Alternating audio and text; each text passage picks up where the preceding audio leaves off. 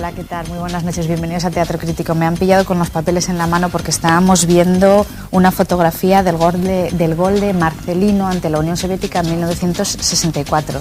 Y ya les he dado una pista enormísima sobre el tema que vamos a tratar esta noche. Gracias, don Tomás.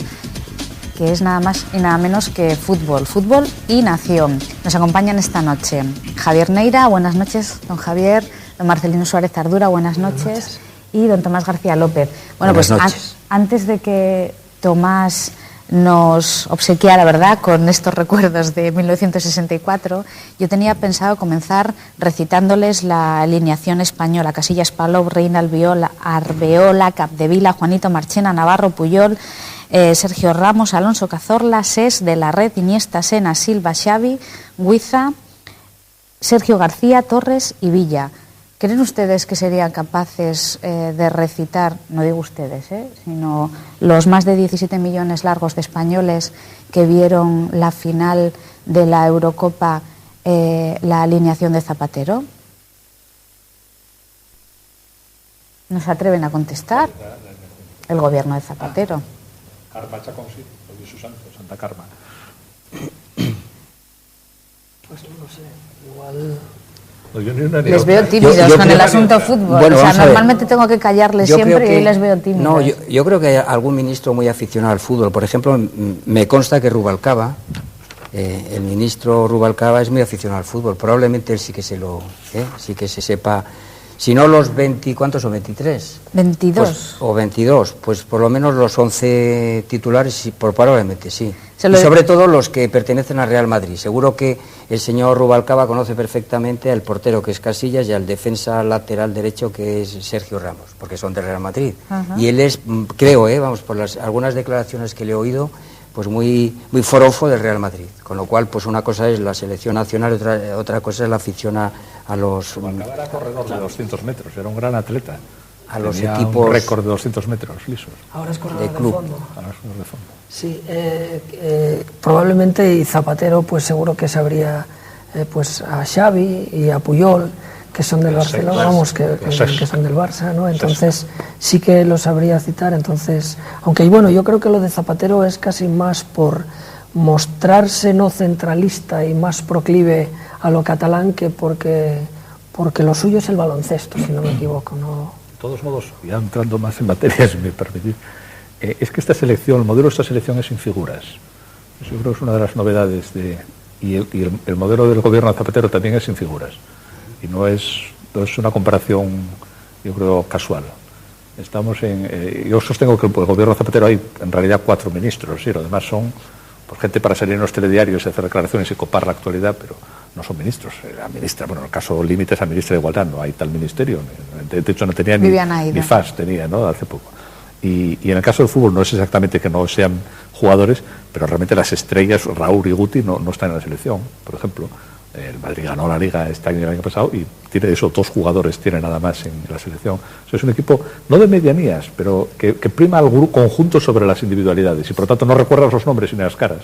Sí, es curioso, ¿no? Está bien la comparación, pero hay también algo paradójico, porque mientras que, por ejemplo, es cierto que la selección puede decirse que no es de figuras, y de hecho una de las cosas que criticaban al seleccionador es que no tenía Raúl, y hasta prácticamente los momentos finales eso fue una de las críticas con que le increpaban constantemente. ¿Qué pasa con Raúl? ¿Por qué no está Raúl? Posteriormente, como se sabe, tras el triunfo, pues los raulistas tuvieron que callar la boca, ¿no? Y sin embargo, tampoco se ve que el seleccionador pues haya hecho mención él a ser la figura, ni mucho menos. Pasa más bien por una persona pues más discreta. Sin embargo, el presidente del gobierno pues no tiene figuras, pero acaso para sobresalir él como figura, porque la paradoja es que quiere ser el primer presidente que tiene una mujer no sé qué o que tiene no sé qué, el primero, es decir, busca la figura, busca el primero, busca... Fueron muy sonadas las declaraciones del presidente del gobierno, de Rodríguez Zapatero, la misma noche de la final. Dijo algo así como: soy el primer presidente que gana un título de la democracia. Fueron muy sonadas y muy criticadas. Es que el cabezazo fue espectacular, el golazo es como si estuviese diciendo: la democracia en mi figura está superando al franquismo, porque dado que en el 64 con Franco pues estaba el gol de Marcelino, conmigo en el 2008 está el gol de Torres, y por lo tanto la superación definitiva del franquismo se realiza con el gol de Torres en la democracia en la que yo represento. Perdona, me choca que me han dicho que estuvo comprado aquel partido, me choca, porque ya dijeron que estaba comprado lo de Maciel en el 68, ¿acordaron? Sí, es verdad, Eurovisión. Yo estaba esperando que dijesen que lo de Marcelino, saldrá ahora este verano, a la demostración de que estaba comprado aquel partido, que es la primera vez en realidad que se gana la Copa de Europa. Yo de todas maneras vuelvo a esto que nos ha planteado hace un momento Sharon, con respecto a las declaraciones de Zapatero. Con ocasión de la Eurocopa pues ha habido opiniones diversas, y yo me tomo la molestia de recoger algunas. Y además las he clasificado primero en dos grandes grupos, claro, en dos géneros. Lo que serían opiniones más o menos sensatas, es decir, opiniones que tienen que ver pues con el sentido común, es decir, con lo que tradicionalmente se llama pues eso, como sindéresis, es decir, opiniones bien concatenadas, etcétera.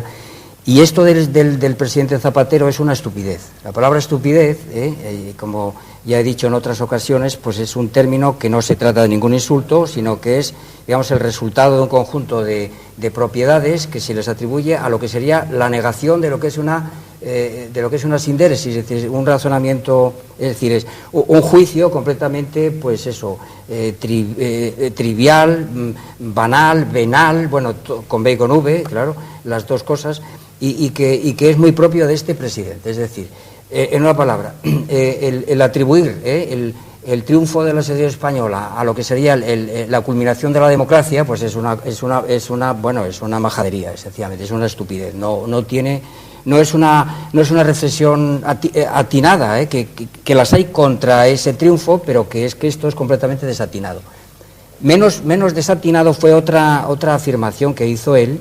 Bueno, como si en el año 84, que ya había democracia, pues no, España también llegó a una final, estaba Felipe González entonces, y en el año 84 y en el año 64, en pleno franquismo, pues se ganó otra Copa de Europa, ¿no? A pesar de las habladurías. Y el Real Madrid 5 Copas de Europa. Lo que ya no es tal estupidez es otra afirmación que hizo, me parece que en Dinamarca, diciendo que él se temía que este triunfo iba a desunir a los españoles, o sea, ya metió la palabra unidad. Esto ya nos lleva precisamente a que ya está funcionando en él alguna idea de nación, y que no es precisamente la idea de nación política canónica, sino pues fragmentaria. Al lado de eso pues tenemos opiniones atinadas, pues como es muy bien sabido, en la Nueva España, que se le hizo una entrevista al profesor Gustavo Bueno, y él pues hace una afirmación clarísima, ¿no? La Eurocopa demostró que el sentimiento nacional es más potente de lo que se creía.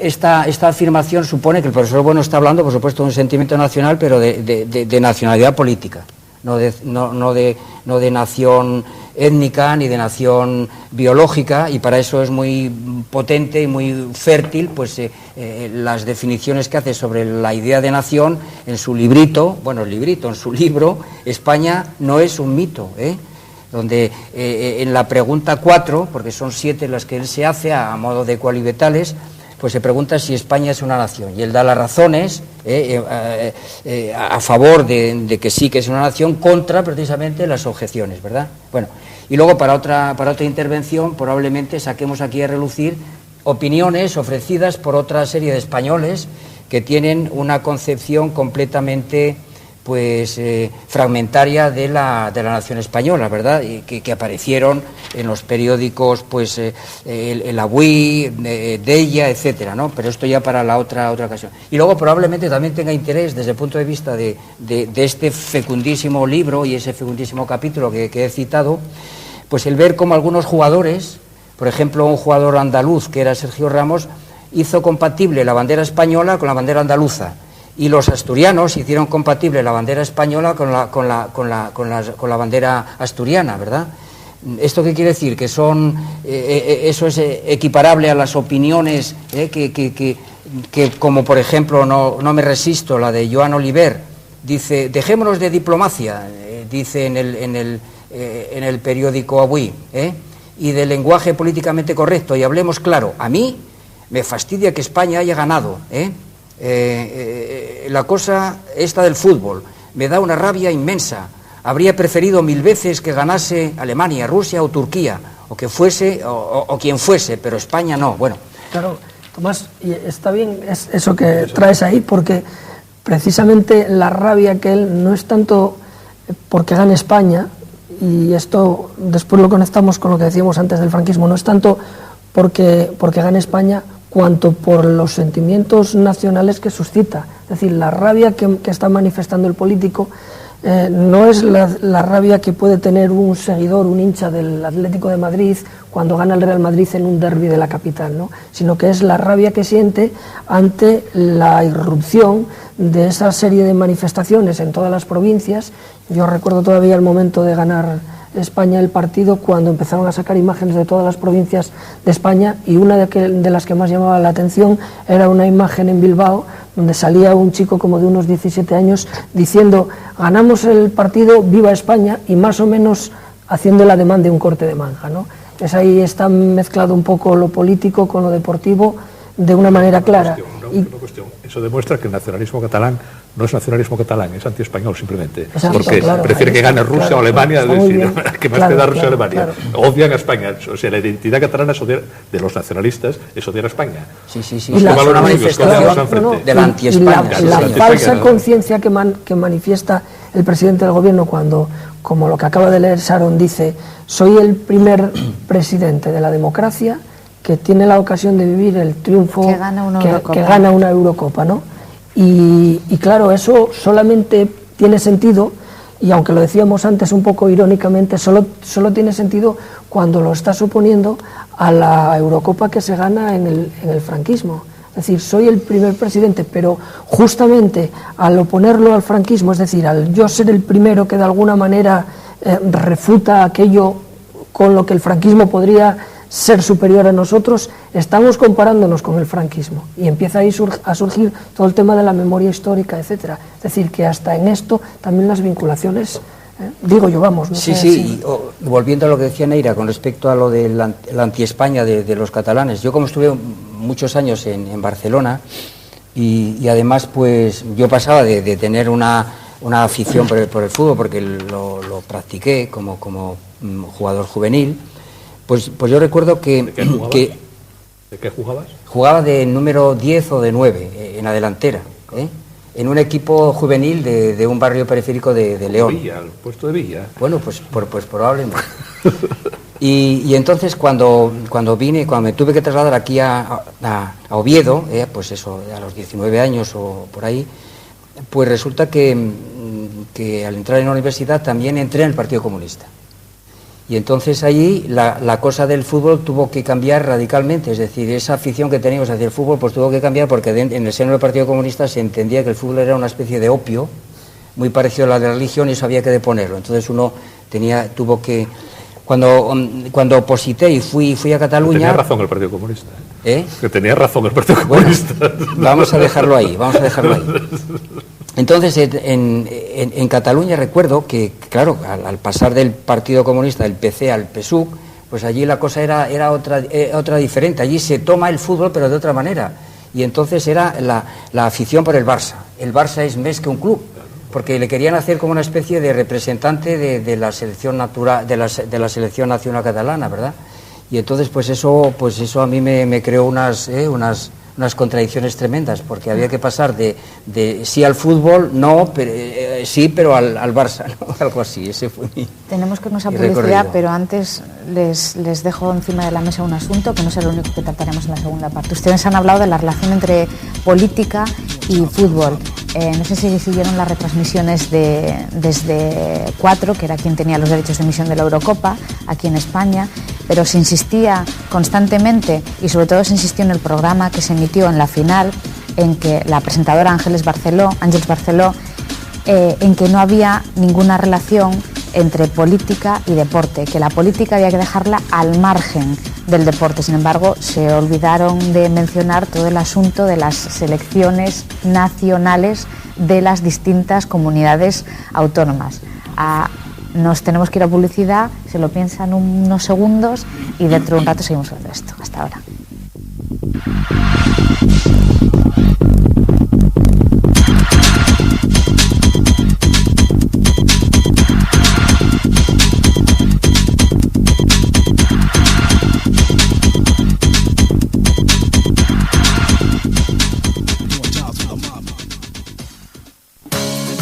Diseño, vanguardia, las últimas tendencias. Ahora todas las lámparas que siempre soñaste están en las rebajas de Lámparas Guerras. Liquidamos según modelos de exposición con un 20, 40 y 50% de descuento. Es el momento de comprar iluminación de calidad con la garantía de los mejores fabricantes. Rebajas en Fábrica de Lámparas Guerras. Estamos en el polígono de Meres, Siero, frente a la autopista. Estos precios solo este mes y solo en las rebajas de Lámparas Guerras. Abrimos también los sábados por la tarde. Si buscas unas vacaciones especiales en un lugar único, Gran Hotel Pandorado, un hotel de capricho en plena montaña de León, junto a Asturias, a 15 kilómetros del peaje de la Magdalena. Gran Hotel Pandorado. Cuídate, te lo mereces. Jalosa, concesionario Chrysler, Jeep y Dodge. Te ofrece en sus nuevas instalaciones de Parque Principado todos los modelos de unas marcas que ya forman parte de la leyenda. Chrysler, Jeep y Dodge. 3 formas de ver la vida. Compruébelo en Jalosa. Paredes sin número. Parque Principado. 3 chalés exclusivos ubicados en Villamiana, un entorno privilegiado a tan solo 5 minutos de Oviedo, provistos de domótica y calidades a escoger por ustedes, una oportunidad única a su alcance, una elección inmejorable con la garantía de Promociones Game. Aceptamos propiedades a cuenta. Comercializa Vitania, teléfono 985 54 52 54. El auténtico arte italiano se disfruta, se siente, se prueba, se vive. Expo Italia de S Sofás, el auténtico arte italiano en sillones y sofás. Expo Italia, la nueva sección italiana de S Sofás. Un lugar donde todos los modelos han sido diseñados y fabricados íntegramente en Italia. Expo Italia, la nueva sección italiana de S Sofás. S Sofás, en el polígono de Granda número 4, Siero.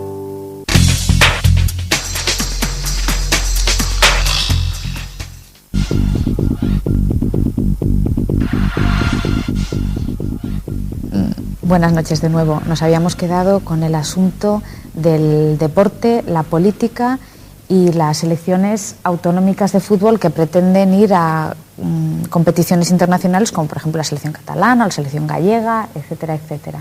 ¿Qué me dicen de esto? No, precisamente la 4, que fue la que televisó prácticamente todos los partidos, ¿no? Sí, sí, sí. Precisamente porque fue la 4 se quería suspender el juicio político del evento, ¿no?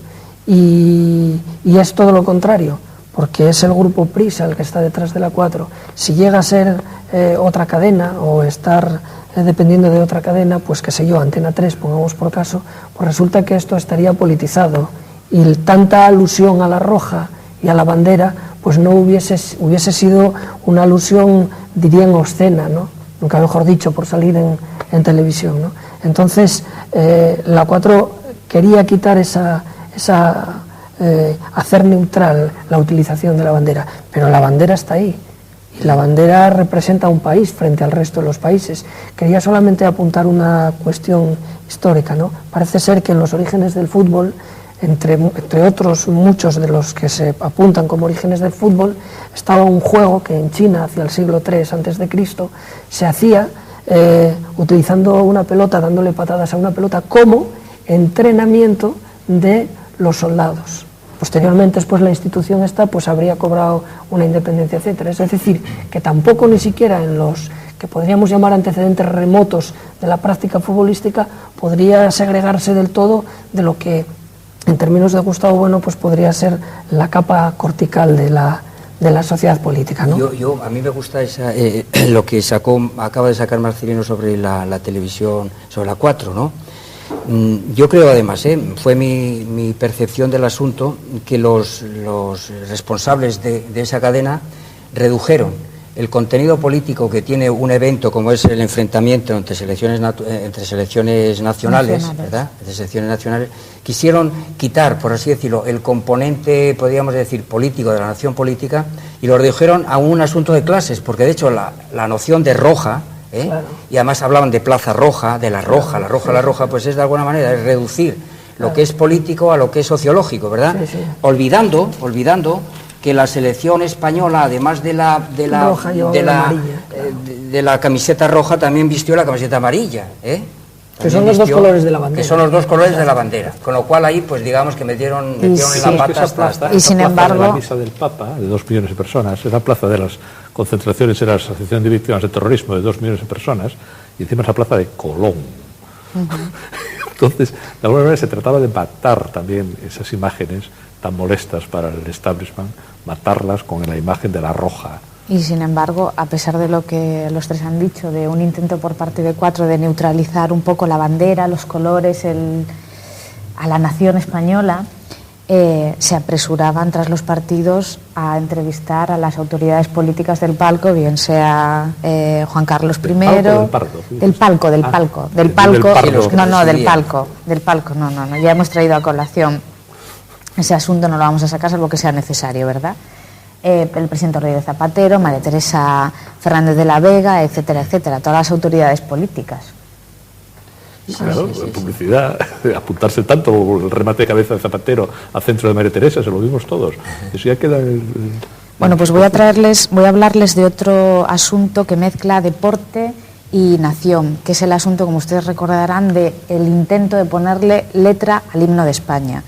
Un intento promovido por el Comité Olímpico Español y la SGAE. Recordarán ustedes que hicieron una especie de concurso que ganó un jubilado de 52 años, creo, de Granada, Paulino Cubero, y que se filtró a la prensa, lo publicó el ABC, el famoso himno, y eso hizo que toda la operación se fuera al garete. El COE se justificó diciendo que habían encargado un himno, que obviamente ese himno a posteriori tendría que haber pasado por el Congreso de los Diputados, era aprobado, etcétera, etcétera. Se justificó diciendo que era necesario un himno porque los deportistas españoles se encontraban sin nada que cantar cuando ganaban las competiciones. ¿Qué me dicen ustedes? Si quiere, les leo el himno, les refresco la memoria. Cantar no lo voy a cantar, pero... No recuerdo, yo, pues es que se decía antes, ¿por qué un himno? Bueno, ¿por qué una letra? Porque todos los himnos tienen letra. ¿Y por qué? Bueno, ¿y por qué un himno también, no? ¿Y por qué? ¿Y por qué? ¿Y por qué? Bueno, sin entrar ¿no les parece un poco peregrina la razón de llevar que los deportistas tengan que cantar algo? Yo creo que esa iniciativa no tenía que haber partido ni del Comité Olímpico ni de la SGAE. Esa iniciativa tenía que partir del Parlamento, que es el que nos representa a todos, porque el himno nos va a representar o nos representa a todos y la letra nos representaría a todos o nos representaría a todos. Eso tenía que venir vía Parlamento. Ahora, ¿por qué? Pues porque los himnos todo el mundo tiene letra y parece que tampoco hay que darle muchas vueltas, ¿no?, a este tema. Claro, lo que pone de manifiesto la polémica que generó el himno, al margen de declararnos personalmente a favor o en contra del himno, lo que pone de manifiesto es prácticamente la imposibilidad objetiva de llegar a un acuerdo sobre el himno, porque cada uno de los frentes políticos que se abren, me refiero a los frentes políticos del separatismo, llámesele vasco, gallego o catalán, son frentes políticos que están pensando en su propia selección con su propio himno y que están pensando, por lo tanto, en que un himno español de alguna manera tendría que anular a los otros himnos.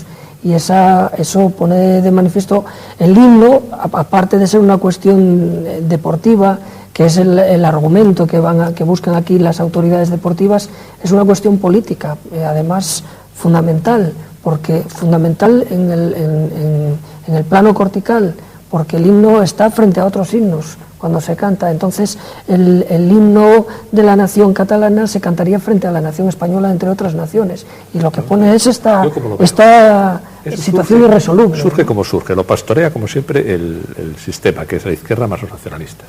Lo pastorean mal porque no tienen intelectuales, y no quiero citar algunos nombres, pero... Cite. No os cito. Algún asturiano o asturiana en los puestos que está por intelectual indica cómo está la intelectualidad de la izquierda. Bueno, entonces, como no tienen intelectuales, ya no pastorean ese sector, porque como la intelectualidad es de derechas en España, una cosa que no se dice, pero es de derechas, y no hay más que ver los libros que se escriben y se leen y se venden, pues resulta que no pudieron controlarlo y les salió una letra inconveniente. Se les escapó de las manos el invento. Entonces querían echarla abajo, nacionalistas y socialistas. Pues claro, no es fácil. Había sido un proceso y tal, y entonces, y es la segunda gran enseñanza, primera enseñanza, que la intelectualidad ya no la pastorea a la izquierda, la viene pastoreando desde el 98, desde antes. Segunda gran enseñanza, que la derecha sigue siendo tan tonta como siempre. que en vez de acogerse al posibilismo y decir, bueno, pues esta letra no está mal, a fin de cuentas dice lo fundamental que es Viva España y no dice ninguna inconveniencia, aunque sea hortera, porque las letras de los himnos son todas horteras. En vez de eso, se apuntó también a echarla abajo, por el prurito de que, bueno, es un paleto de Ciudad Real, vaya horterada, vaya ripios, Y insisto, la derecha tan tonta como siempre, pues ha colaborado a echarla abajo y nos hemos quedado sin letra, y volver a verla, y entonces sí habrá una letra que le convenga a los separatistas y a los socialistas. A mí me gustaría intervenir en esto del himno para apuntar lo siguiente. Vamos a ver. Yo creo que el himno nacional, puesto que tiene que ver con la nación política, tenía que naturalmente surgir de una letra que tuviera que ver con esos acontecimientos. El caso más claro es el himno francés, la marsellesa, que por cierto pues ya es una letra también anticuada, es ya desfasada probablemente, pero que tiene que ver con ese acontecimiento. Como quiera que en España, a propósito de las Cortes de Cádiz, no surgió esa letra, y entonces pues fuimos funcionando con la famosa letra de Pemán, y ahora se ha intentado, pues en el momento actual yo creo que no es oportuno, no es oportuno, porque como se sabe la nación española confunde nación con pueblo, y entonces estamos en la órbita de la España de los pueblos, y los pueblos nos remite precisamente pues eso a Cataluña, a Galicia, a País Vasco. Déjame hacer un inciso. Sí. Les leo una estrofa de la letra. Ama la patria, pues sabe abrazar bajo su cielo azul pueblos en libertad. Claro, la palabra pueblos. Y eso es peligroso. Ama la patria, sabe abrazar. Vamos a ver. Vuelvo otra vez a los pueblos son arriendas y por ahí. Vuelvo de nuevo a la fecunda clasificación que a mí me ha guiado este debate del profesor Bueno en el capítulo 4, ¿no? Sobre España es una nación. Y cuando él distingue entre nación política y nación étnica, además de primero hablar de una nación biológica que tiene que ver con el nacimiento del organismo o de por ejemplo, el nacimiento de los dientes de una parte de ese organismo, ¿verdad? Pues habla de nación étnica, para referirse precisamente a algunos tipos de naciones étnicas. Es decir, la periférica o la marginal, que sería cuando la usan por los historiadores romanos para referirse a los pueblos bárbaros que no están integrados, y este es el caso de los pueblos, precisamente la nación integrada, que supone precisamente la reunión de diversas partes o regiones.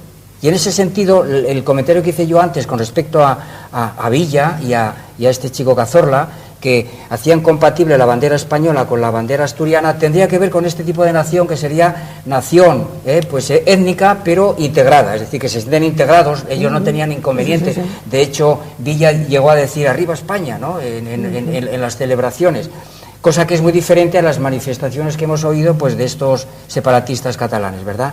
Y entonces ahora mismo hacer una letra supone incorporar este asunto de los pueblos, y no se iban a poner de acuerdo en el Parlamento en absoluto. Y además a mí me parece que eso es incompatible con la idea de nación política. Esa letra iba a misa ya, si no la torpedea también la derecha, esa letra iba a misa. Era imparable ya. Pero el hecho es que fracasó. Fracasó por eso, porque la torpedea la derecha. Es imposible. Porque es una letra buena, pero la derecha es tonta, no se entera, en una letra que le convenía y no se entera, como siempre pasa. Y entonces la izquierda astuta descarriló. Y ya verás, dentro de 2 o 3 años tendremos una muchísimo peor que esa. Mientras estén las cosas así, con la música que hace referencia a un himno militar, porque pues tenemos bastante. O lo demás, o avanza o retrocedemos. Dentro de 3 años tendremos otra mucho peor que esta, si no al tiempo. Tendremos una realmente grave. Bueno, es que España, claro, va a la deriva. Y esta era suficiente. No hay que entrar en esas precisiones, yo creo, porque tampoco entramos en la marsellesa en precisiones, entramos a saber lo que dice el himno americano, yo qué sé lo que dice. Bueno, sí, ¿no? Que tiene sus ventajas y sus inconvenientes. Claro, ahí lo de desfasado tampoco está, porque bueno, también cumple el papel simbólico, que no por serlo deja de ser importante. Entonces, bueno, que lo tenemos que dejar aquí en este momento, en el asunto del himno. Así que dejamos lo del himno, ¿verdad?, para otro debate que creo que nos da para uno largo. ¿No? Como este, en vez de toros y política, pues fútbol y política. Es un debate horteriano. Una cosa que no les he dicho al comenzar el programa. Hoy cumplimos el programa número 40 y no con motivo del cumpleaños, sino porque ya toca, nos vamos de vacaciones.